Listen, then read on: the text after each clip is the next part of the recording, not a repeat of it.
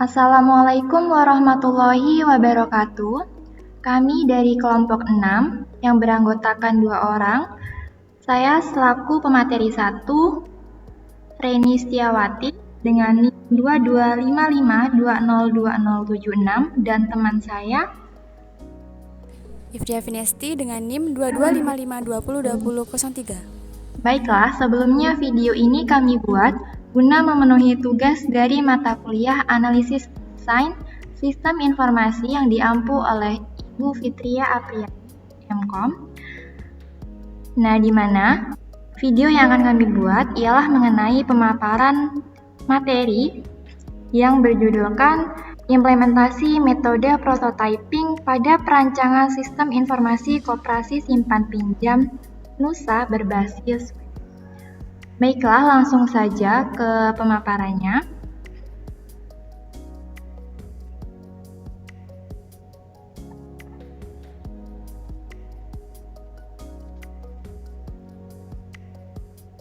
Nah, di sini saya selaku pemateri 1 akan memaparkan laporan yang telah kelompok kami siapkan mengenai implementasi metode prototyping pada perancangan sistem koperasi simpan pinjam Nusa berbasis web. Nah, di sini ada identifikasi masalah di mana koperasi simpan pinjam Nusa menghadapi sejumlah masalah dalam pengelolaan operasionalnya yang masih dilakukan secara manual, di mana proses pencatatan data anggota, simpanan, pinjaman, dan pelaporan dilakukan menggunakan buku besar dan aplikasi pengolah angka yang sederhana. Metode ini menyebabkan beberapa masalah yang signifikan, seperti adanya ketidakefisienan, memakan waktu, rentan terhadap kesalahan manusia atau human error, dan sulitnya pencarian serta integrasi data. Selain itu, proses pembuatan laporan keuangan menjadi lambat serta rawan kesalahan, serta kurangnya transparansi dalam pengolahan data keuangan. Oleh karena itu, diperlukan sistem informasi koperasi simpan pinjam berbasis web yang terkomputerisasi untuk meningkatkan efisiensi, akurasi, dan transparansi dalam proses bisnis KSP Nusa. Di sini ada rumusan masalah. Yang pertama, bagaimana merancang sistem informasi koperasi simpan pinjam berbasis web menggunakan metode prototyping untuk mengelola data anggota, simpanan, pinjaman, angsuran, dan pembuatan laporan pada KSP Nusa. Yang kedua, bagaimana membangun prototipe sistem informasi koperasi simpan pinjam berbasis web yang dapat meningkatkan efisiensi, transparansi, dan kecepatan proses bisnis pada koperasi simpan pinjam Nusa. Yang selanjutnya, ada metode penelitian. Di sini kami melakukan observasi di mana melakukan pengamatan langsung terhadap kegiatan di KSP Nusa untuk memahami sistem informasi simpan pinjam yang ada. Terus yang kedua, melakukan wawancara, di mana ini dilakukan dengan pihak terkait untuk mendapatkan data yang akurat dan relevan. Wawancara dilakukan dalam 2 bentuk, yaitu terstruktur dengan pertanyaan yang disiapkan dan tidak terstruktur untuk jawaban yang berkembang. Nah, di sini ada tujuan penelitian. Tujuan penelitian ini adalah untuk menganalisis dan merancang sistem prototipe simpanan dan pinjaman berbasis web yang dapat mengelola peserta dengan efisien, memfasilitasi transaksi setoran dan pinjaman, serta mengelola transaksi keuangan. Sistem ini diharapkan dapat meningkatkan transparansi, kecepatan, dan keakuratan dalam proses koperasi, yang pada akhirnya akan memberikan manfaat bagi anggota koperasi dan karyawan di KSP Nusa. Lanjut, di sini ada analisis kebutuhan. Yang pertama ini kebutuhan fungsional. Nah, di sini ada fungsi login digunakan untuk masuk ke dalam sistem dengan username dan password sebelum melakukan operasi data. Yang kedua ialah ubah password, digunakan untuk merubah password akun. Dan yang ketiga ialah mengolah data anggota, di mana admin dapat menambah dan mengubah informasi anggota.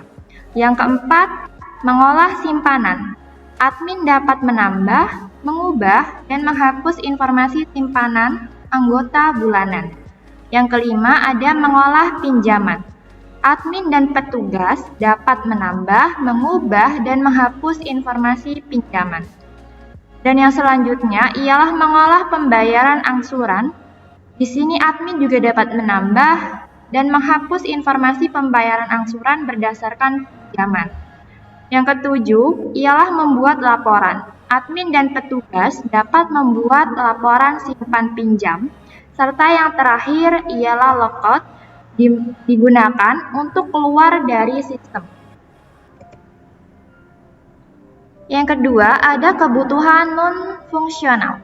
Nah, yang pertama ada usability, di mana sistem harus mudah digunakan dan memiliki antarmuka user-friendly. Yang kedua ada functionality, di mana sistem harus mempermudah akses informasi dan bisa akses 24 jam sehari. Yang ketiga ada security, di mana data dan informasi dikelola sesuai dengan hak akses masing-masing pengguna, di mana setiap pengguna diberikan username dan password untuk menjaga keamanan data. Dan yang terakhir ada flexibility, sistem harus mempermudah pencarian data yang dibutuhkan dan mencetak laporan yang sudah terintegrasi dengan baik. Lanjut ke bagian skenario sistem. Yang pertama, di skenario sistem admin, ada fungsi login. Admin masuk ke dalam sistem dengan username dan password. Terus ubah password, di mana admin dapat merubah password akun. Yang ketiga ada kelola data anggota. Admin dapat menambah, mengubah, menghapus. Terus yang kelola simpanan, kelola pinjaman, kelola pembayaran angsuran, dan buat laporan. Tidak kalah jauh fungsinya seperti kelola data anggota, di mana dapat menambah, mengubah, dan menghapus. Yang terakhir ada logout, yakni admin keluar dari sistem. Skenario sistem yang kedua ialah anggota. Di sini anggota bisa login, masuk ke dalam sistem. Yang kedua bisa lihat informasi akun. Yang ketiga ajukan pinjaman, di mana anggota mengajukan pinjaman baru dan melihat status pinjaman. Yang keempat, lihat riwayat. Di sini anggota dapat melihat riwayat simpanan dan pinjaman. Serta yang terakhir ialah cetak laporan pribadi. Anggota mencetak laporan simpanan dan pinjaman. Dan yang terakhir ialah skenario sistem bagian ketua. Nah, di sini ada fungsi login untuk ketua masuk ke dalam sistem. Terus yang kedua ada ubah password, di mana ketua dapat merubah password akun. Yang ketiga, lihat dan cetak laporan keuangan, di mana ketua melihat dan mencetak laporan keuangan koperasi. Yang keempat, lihat data anggota. Di sini ketua melihat data anggota dan riwayat simpanan serta pinjaman. Yang kelima, verifikasi pinjaman, di mana ketua dapat menyetujui atau menolak pengajuan pinjaman baru. Yang keenam ialah otorisasi penghapusan data. Ketua memberi otorisasi untuk penghapusan data anggota simpanan atau pinjaman. Terus yang ketujuh ialah tetapkan kebijakan. Jadi, ketua dapat menetapkan kebijakan terkait bunga pinjaman dan aturan koperasi. Terus yang kedelapan ialah arahkan admin. Jadi, ketua dapat memberi arahan atau instruksi kepada admin. Dan yang terakhir ialah logout, keluar dari sistem. Nah, di sini ada use case diagram. Di sini saya akan menjelaskan di mana ini ada use case diagram untuk admin. Yang pertama ini admin bisa login, mengubah password, mengelola data anggota. Nah, pada mengelola data anggota, ini dapat menambah anggota, mengubah data anggota, dan melihat anggota. Terus, ada juga mengelola data simpanan. Mengelola data simpanan, di sini bisa mencatat simpanan baru dari anggota dan melihat riwayat simpanan. Yang selanjutnya ialah mengelola data pinjaman. Nah, pada pengelolaan data pinjaman, ini dapat menerima pengajuan pinjaman baru dari anggota, terus bisa menyetujui atau menolak pinjaman juga, serta melihat riwayat pinjaman. Yang keenam ialah mengelola pembayaran angsuran. Di sini mengelola pembayaran angsuran. Terus yang ketujuh ialah membuat laporan. Membuat laporan di sini, di mana laporan data simpanan, terus ada laporan data pinjaman, angsuran, dan laporan keuangan koperasi. Terus ada laporan use case untuk anggota koperasi. Ini di mana anggota ini dapat melihat informasi akun. Dia bisa melihat informasi akun, terus melakukan pengajuan pinjaman baru. Dia bisa melakukan pinjaman baru, terus melihat status pinjaman. Melihat status pinjaman. Yang selanjutnya, melihat riwayat simpanan. Lihat riwayat simpanan. Terus, melihat riwayat pinjaman. Bisa juga untuk mencetak laporan. Terus, yang selanjutnya ada use case untuk ketua koperasi. Di sini untuk ketua koperasi. Nah, di sini ketua koperasi bisa login, dia login di sini. Terus mengubah password, dia bisa ubah. Terus dapat melihat laporan. Ini melihat laporan baik simpanan, pinjaman maupun angsuran. Terus dia juga bisa itu verifikasi, menyetujui atau menolak adanya pinjaman. Oke. Yang selanjutnya ada activity diagram. Di sini activity diagram admin mengolah data. Nah, penjelasannya di sini admin melakukan login ke dalam sistem. Lalu setelah login, admin akan diarahkan ke halaman utama sistem. Setelah itu, admin memilih ini, memasukkan ini jika dia lanjut ke tampilan halaman utama. Terus menu data, sistem menampilkan halaman data. Lalu admin dapat mengelola data. Lanjut lagi. Jika iya, maka data akan tersimpan di database. Lalu sistem dapat menjalankan perintah admin. Namun jika tidak, maka akan kembali ke laman penampilan halaman data. Oke, selanjutnya ada activity diagram admin pendaftaran anggota. Nah, di sini admin melakukan login, dia memilih menu anggota nih. Terus ke sistemnya, sistem menampilkan form anggota. Terus admin mengisi data anggota, sistem memeriksa file data anggota. Jika iya, maka sistem akan menyimpan data anggota lalu menampilkan data anggota terus selesai. Namun jika tidak, maka sistem akan menampilkan kembali bagian mengisi data anggota. Oke, yang selanjutnya ada activity diagram admin simpanan. Sama, di sini admin melakukan login, memilih menu anggota, terus sistem menampilkan form simpanan. Dilanjutkan input nomor dan nama anggota. Terus admin mengisikan nih jumlah simpanannya ke sistem. Nah, sistem memeriksa file. Jika ya, maka sistem akan menyimpan data simpanan dan menampilkan data simpanan. Tetapi jika tidak, maka sistem akan menampilkan ke bagian input nomor dan nama anggota. Lanjut. Di sini ada activity diagram admin pinjaman. Pada activity diagram admin pinjaman, admin login, terus memilih menu pinjaman pada sistem. Memilih menu pinjaman pada sistem. Terus admin dapat melihat antara mengelola pengajuan pinjaman baru atau melihat riwayat pinjaman. Terus setelah itu kalau dia memilih mengelola pengajuan pinjaman baru, admin menerima notifikasi pengajuan pinjaman baru. Terus selanjutnya, jika admin menyetujui atau menolak pinjaman. Yang terakhir, sistem. Di sini, sistem tuh dapat menyimpan data. Terus mencetak surat ini perjanjian pinjaman. Tapi kalau mau lihat riwayat ya, dia akan ditampilkan daftar riwayat pinjaman anggota. Selanjutnya, ada activity diagram admin angsuran. Ini sama, di awal dia melakukan login, memilih menu angsuran, lalu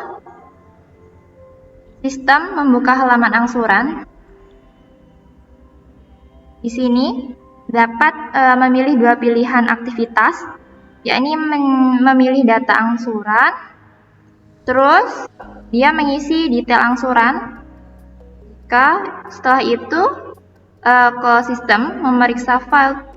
Jika salah, maka dia akan balik ke memilih data angsuran. Tapi jika benar, dia bakal menuju ke simpan data.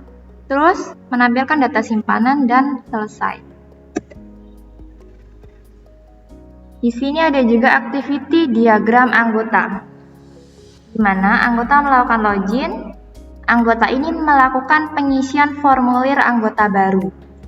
Jika iya, maka admin akan menginput data anggota, tetapi jika tidak, maka akan berhenti pada pengisian formulir anggota baru. Nah, ini tadi jika iya, maka input data anggota tadi akan diverifikasi dan selesai. Selanjutnya, ada activity diagram anggota simpanan. Anggota login, mengisi form simpanan, terus admin akan memverifikasi. Admin verifikasi simpanan. Nah, jika ini tidak valid, maka admin akan melakukan revisi pengajuan nih ke anggota. Tetapi jika valid, maka admin akan mengirimkan bukti simpanan ke anggota dan anggota menerima bukti simpanan. Oke, yang selanjutnya activity diagram anggota pinjaman. Di sini sama, anggota melakukan login. Di sini dia mengajukan pinjaman ya. Terus admin ini menerima nih ajuan pinjamannya. Kalau si admin ini menyetujui, kalau dia ini valid, maka verifikasi pengajuannya ke ketua. Nah, ketua jika iya, balik lagi nih ke admin membuat bukti pinjaman, lalu akan dikirimkan ke anggota. Nah, anggota ini menerima bukti pinjaman dan selesai. Tapi jika tidak, maka admin akan mengirim revisi pengajuan kepada anggota. Terus lanjut, di sini ada activity diagram anggota pembayaran angsuran. Di sini anggota mengajukan pembayaran angsuran, terus admin menerima pembayaran angsuran. Jika ya, maka ketua ini admin akan verifikasi ke ketua. Jadi ketua tuh verifikasi pembayaran angsuran. Jika ya, maka admin akan membuat pembayaran angsuran, terus mengirimkan ke anggota. Anggota menerima bukti pembayaran angsuran dan selesai. Namun jika tidak, admin akan memberikan revisi pembayaran angsuran kepada anggota.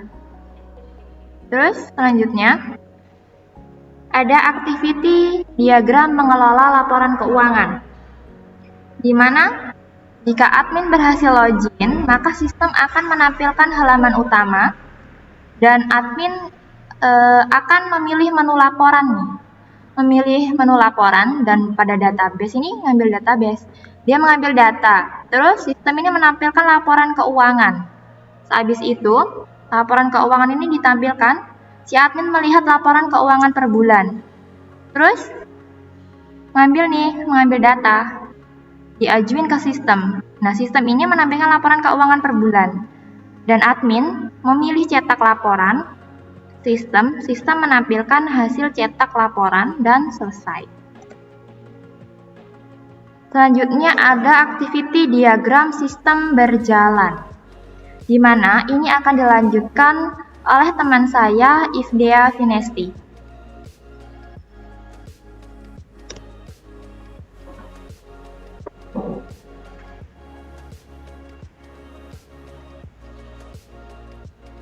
Baiklah, di sini saya akan melanjutkan pemaparan materi dari kami untuk activity diagram sistem berjalannya. Di sini untuk anggota datang mendaftar, lalu pada administrasi memberikan formulir pendaftaran untuk anggota untuk mengisi formulir, lalu menyerahkan formulir pendaftaran. Untuk administrasi menerima formulir pendaftarannya, lalu menyerahkan kartu anggota dan anggota menerima kartu anggotanya. Lalu anggota melakukan simpanan ke administrasi dan administrasi menerima uang simpanan. Lalu untuk administrasinya dia mencatat simpanan anggota dan menyerahkan bukti simpanan kepada anggota atau bukti simpanannya.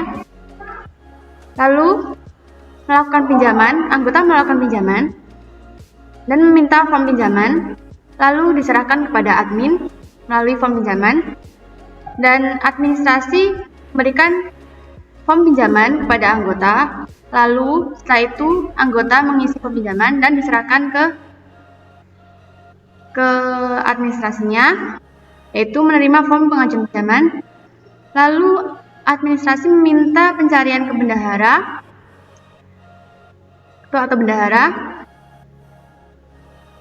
Setelah itu ketua atau bendahara mencairkan dana pinjaman. Lalu untuk administrasi menerima pencairan dana dan menyerahkan form angsuran dan pencairan dana ke anggota ya ini. Lalu anggota membayar angsuran pinjaman ke administrasi dan administrasi menerima uang pinjaman. Setelah itu administrasi mencetak bukti pembayaran dan anggota menerima bukti pembayaran pinjaman, lalu selesai. Dia untuk sequence diagram menu adminnya. Di sini ada aktor pertama yaitu admin, lalu untuk boundary-nya ada login. Untuk ini login control untuk apa ya? Untuk pengaruh untuk kembali ke login, maksudnya untuk balik. Ada menu utama, ada menu admin, proses data, simpan data, dan database. Di sini admin memilih menu login, lalu di bagian login control menampilkan data login ke boundary login. Setelah itu admin memasukkan username dan password ke menu utama, yaitu di sini pada menu admin cek valid data loginnya ke database. Setelah itu dari database, jika dia tidak valid atau data dimasukkan dengan salah, dia akan kembali ke boundary login. Jika benar atau valid, dia akan menampilkan menu utama. Setelah itu admin memilih menu admin dan menginput data admin pada menu admin. Setelah itu diproses data, memasukkan data tersimpan pada database. Nah, database ini mengeluarkan kembali ke menu utama, lalu ke login control, dia akan logout.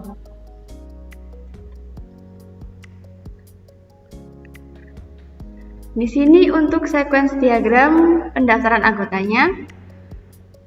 Untuk aktor admin, dia memilih menu anggota pada boundary halaman menu anggota. Setelah itu, ini timbal baliknya yaitu menampilkan form anggota. Setelah itu, admin mengisi data anggota pada boundary menu anggota dan menyimpan data pada sistem. Setelah itu, ada keluaran input data berhasil. Nah, untuk sistemnya dia menampilkan form anggota. Untuk sequence diagram simpanan, admin memilih menu simpanan pada menu utama dan menginput data simpanan pada boundary menu simpanan. Setelah itu dia menuju ke anggota dan anggota menimbal balik yaitu membayar simpanan. Setelah itu pada menu simpanan ada cek simpanan, dan pada menu simpanan atau boundary simpanan ini dia akan menuju ke admin yaitu menampilkan data simpanan. Ini untuk sequence diagram pinjamannya. Admin memilih menu pinjaman pada menu utama, lalu menginput data pinjaman ke boundary menu pinjaman. Setelah itu dia akan timbal balik ke anggota, yaitu anggota mendapat pinjaman. Dan di sini untuk boundary menu pinjaman ada cek simpanan. Setelah itu akan menampilkan data pinjaman. Setelah itu di sini ada sequence diagram angsurannya. Admin memilih menu angsuran pada menu utama dan masuk ke halaman angsuran pada boundary angsuran. Lalu timbal baliknya dia akan menampilkan form angsuran. Yang kedua, untuk alur kedua dia memilih data angsuran ke boundary angsuran, lalu ke database untuk pencarian, lalu database menampilkan penyimpanan data untuk selanjutnya akan diproses ke simpanan data pada database. Di sini angsuran pada boundary menampilkan input data berhasil pada admin. Saat itu database juga menampilkan data angsurannya. Nah, di sini ada state machine diagram. Di sini mulai ya untuk entitas anggota, simpanan, pinjam. Nah, jika disetujui atau diverifikasi, dia akan melalui admin. Nah, admin disetujui akan menuju ke angsuran, lalu akan menuju ke laporan. Setelah itu selesai. Nah, jika pinjaman tidak disetujui ataupun verifikasi tidak disetujui, dia akan kembali ke menu pinjam. Dan di sini ada kelas diagram. Adapun untuk entitasnya ada anggota, ada pinjaman, angsuran, admin, simpanan, dan laporan. Dan di sini ada tidak terhubung, yaitu kategori untuk kategori simpanan, di mana di entitas anggota terdapat ID anggota, nama anggota, alamat, tanggal bergabung, status anggota, nomor telepon. Dan di sini anggota bisa login dan logout untuk void-nya. Setelah itu untuk simpanan, database simpanan, ada ID anggota, ID simpanan, tanggal simpan, jumlah simpan. Dan untuk void-nya simpan bisa input, update, save, delete, dan close. Nah, untuk pinjaman di sini ada ID pinjaman, ada ID anggota, tanggal pinjam, jumlah pinjam, lama pinjam, dan angsur. Untuk void-nya ada input, update, save, delete, dan close. Lalu untuk angsuran, database angsuran ada ID anggota, ada ID angsuran, tanggal angsuran, jumlah angsur, dan angsuran keberapanya. Dan untuk void-nya sama dengan pinjaman dan simpanan, yaitu ini dia, input, update, save, delete, dan close. Nah, untuk database laporan ada ID laporan anggota, ID laporan simpanan, pinjaman, dan angsuran. Untuk void-nya bisa view dan print. Nah, untuk admin di sini ada di dalam database-nya ada ID admin, password. Untuk void-nya dia bisa get pegawai, set pegawai, update anggota, dan delete anggota. Void-nya juga ada login dan logout. Nah, untuk page diagram di sini pada file admin, folder admin dia menuju ke folder anggota.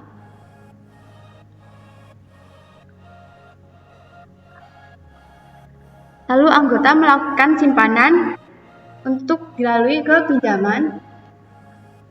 keangsuran, dan yang terakhir untuk folder laporan. Nah, ini dia untuk tampilan interface dari sistem kami, yaitu untuk menu form login. Di sini kami menggunakan software Figma, di mana di sini bisa membuat interface-nya. Untuk form login ada username. Di sini masukkan untitled atau inputannya. Ada password. Ini untuk inputannya. Ada login dan daftar. Di sini untuk halaman home ya, home ini. Oke, lanjut saja.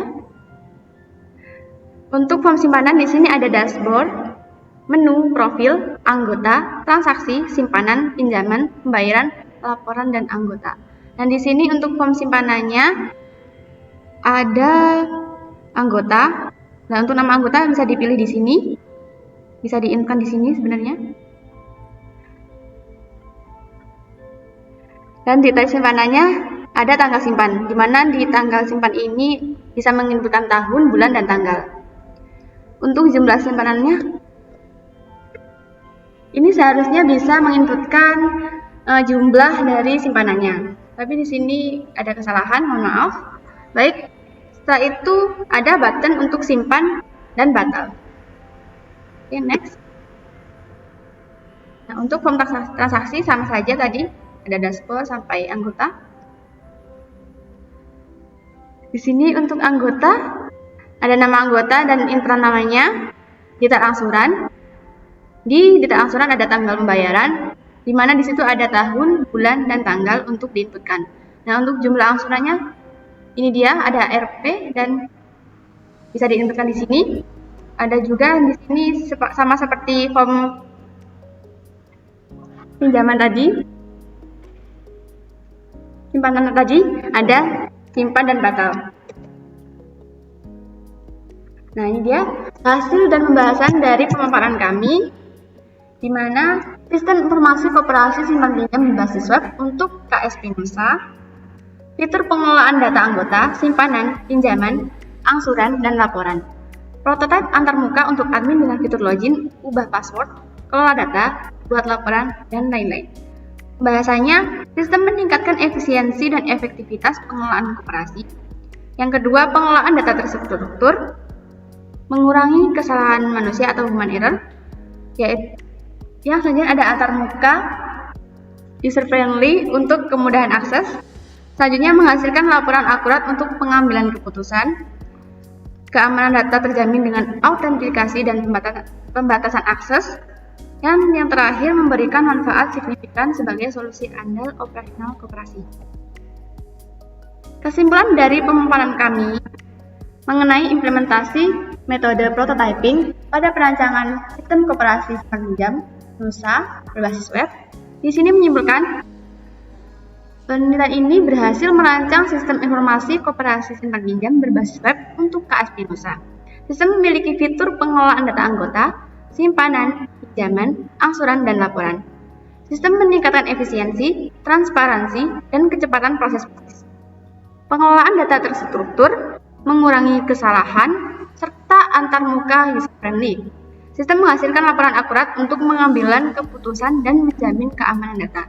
Secara keseluruhan, sistem ini memberikan manfaat signifikan sebagai solusi andal untuk operasional koperasi.